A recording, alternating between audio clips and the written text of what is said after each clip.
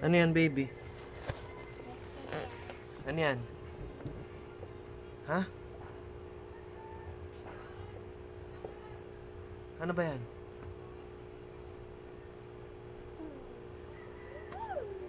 Hmm.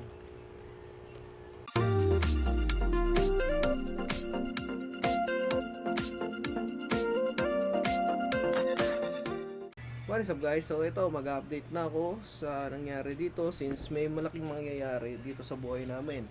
Kaya update ko muna kayo bago to maganap. Bali, dito ko sa working station ko. Ayan. Tapos dito yung sa labas na namin. May mga anak ko. Mga makukulit.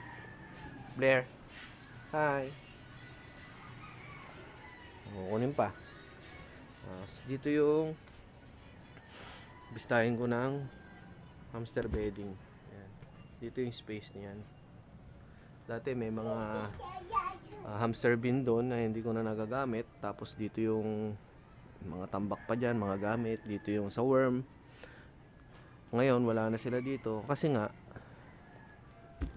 nakaupa na ako ng sarili nating pwesto para sa business. So papakita ko sa inyo. Punta tayo doon.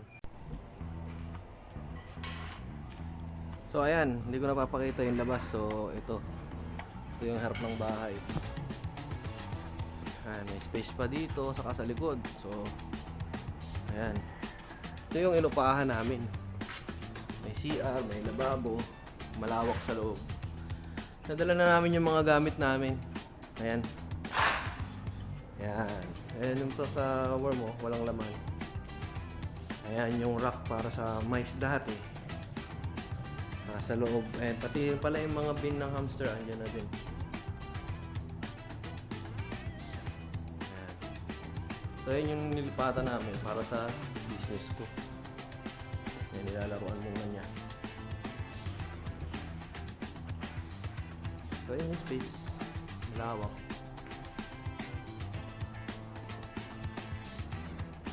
Eto, ginagawa ko mga 2 days na. Cover ko yung place para yung alikabok mula sa hamster beddings sa loob lang mako-contain din.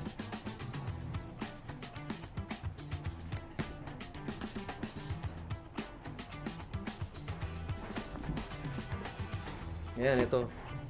Yan na lang natira sa lahat ng alaga ko. Isang ganito karami. Ayan, dito ko nilagay muna.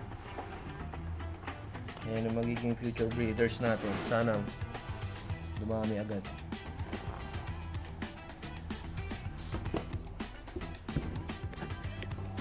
Update muna sa worm. Bago ako mag-start mag-work ulit sa loob, nag-stop ako sa worm muna dahil naubos yung mga breeders ko. Nitong summer ng 2023, naubos lahat ng breeders ko, mga beetle, sa sobrang init. Kasi nga, hindi ko na nasikaso. Tapos,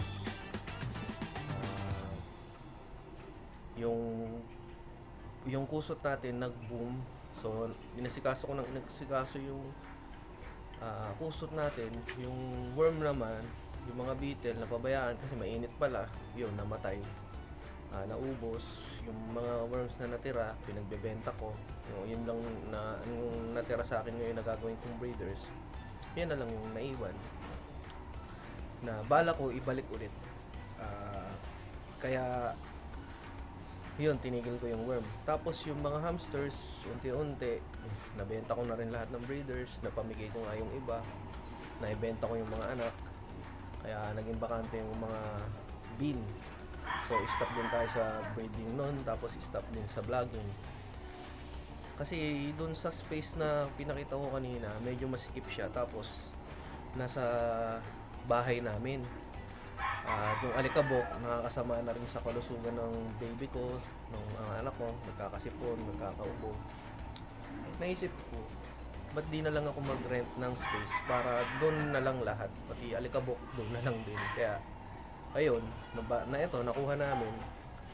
Kaya dito na mag-base yung business ko. Kaya napakaganda nitong space. May space siya sa likod. Yan, pupunta natin. Ito yung space niya sa likod. Ayan, medyo masikip yung entrance niya. Kasya lang yung bin. Tsaka yung lamesa ko. Ayan. Diyan ko balak buhayin muli yung worm business ko. Ayan. Lalagyan ko lang ng harang dyan na bubong. Trapal o ano. So, in the future, makakapag-start ulit tayo, babangon ulit tayo ng worms natin. Magbe-breed ulit tayo. Dito lang bali magiging base niya. Tapos, ayan, sa loob yung pusot. Yung hamsters, pwede rin dito sa labas. Ayan, bubungan lang ulit dito. Pero, hindi pa natin alam kung babalik natin yung hamsters. So, yun yung update. Medyo naging busy tayo sa pagbebenta ng kusot natin. So sa future papakita ko sa inyo kung ano yung itsura ng binebenta natin. Yung kusot is ibig sabihin is hamster beddings at saka cat litter. Yun yung binebenta ko sa Shopee, Lazada, saka sa TikTok. So dahil sa dumadami yung demand, syempre doon nauubos yung oras ko. Hindi ko na asikaso yung pag-aalaga ng mga breeder, ng mga worms natin saka ng mga hamsters.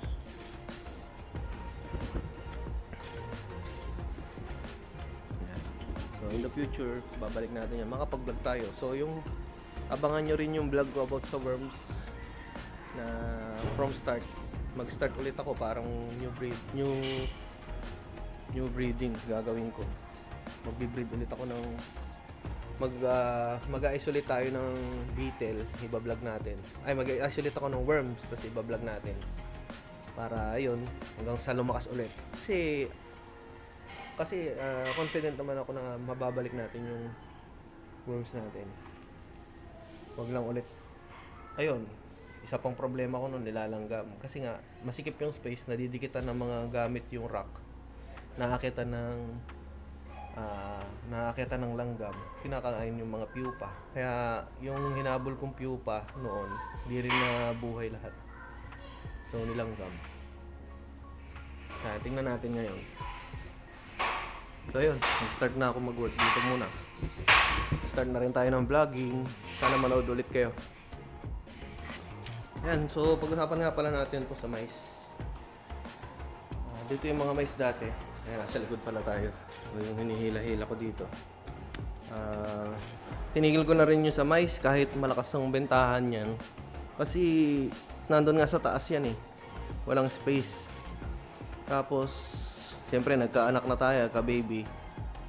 Marumi siya yung mga poops niya. Papalitan mo lagi ng kusot. Kasi may anak mo, siyempre yung bacteria nandun pa. So inalis ko na muna yung mais na yan. Bala kong gawin to. Dito natin ilalagay yung mga tray, diba? So lalagay ko dyan sa loob yung mga isolation nung worm. So magiging dyan sila paglalagyan sa yung rack ng mga magiging beetle. Yun ay i-repurpose ko sa kanya. Ayun yung mga ano niya, mga tray.